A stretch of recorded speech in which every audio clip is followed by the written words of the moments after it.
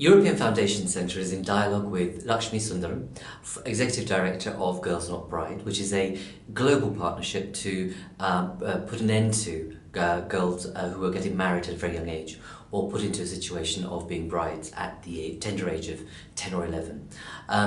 Lakshmi's been in the building today to speak at a policy parla on the issue of girls. International Women's Day has put a spotlight on putting an end to inequality in women, but are we leaving girls out of the equation? Lakshmi, tell me, what's your thoughts on that question? Well, I think we have been leaving girls out of the equation, but we have a fantastic opportunity today to actually make sure that we stop making that mistake and that we do include girls in the equation. And there's two reasons to do this. The first one is that the way we've been doing international development in particular, with focusing on children as a block, women as a block, men as a block, has meant that lots of people have fallen off the radar. And adolescent girls in particular, girls between the ages of 10 and 19, they've gotten lost in these programs, and what that's meant is that they're falling behind.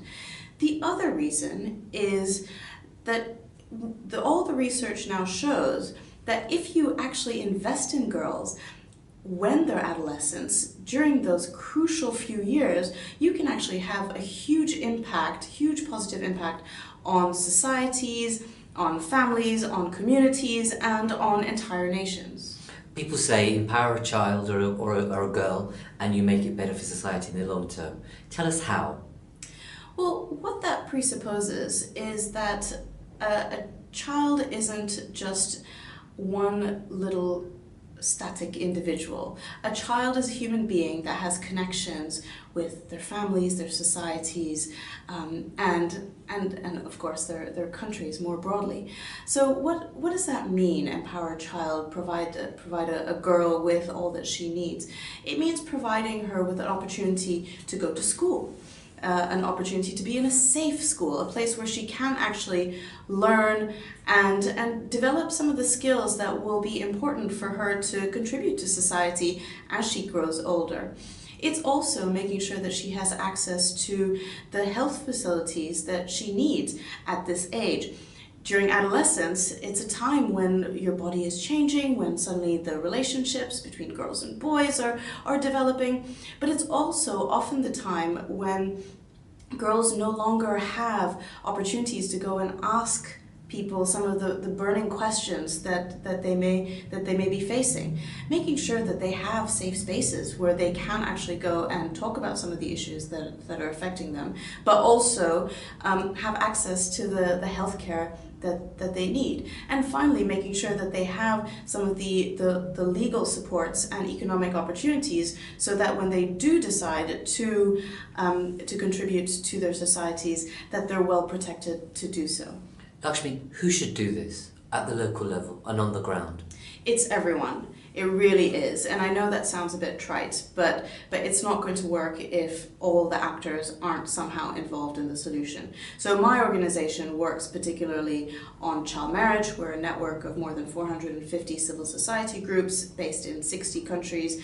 And all of these groups come at the issue from very different perspectives. And the one thing that's clear is that you need the girls themselves to be empowered, to have more of a sense of what they can achieve. You need the families and communities to be behind the girls in these decisions. So that's the parents, the grandparents, the brothers and sisters, the future grooms, of course, the community leaders, the religious leaders. But then you also need the government leaders, and then you need at the international level, the United Nations and the Human Rights Councils and all of these other groups as well. What about working with boys, Lakshmi? What's your view on that? What's the dilemma there? Working with boys is incredibly important, particularly when you look at child marriage.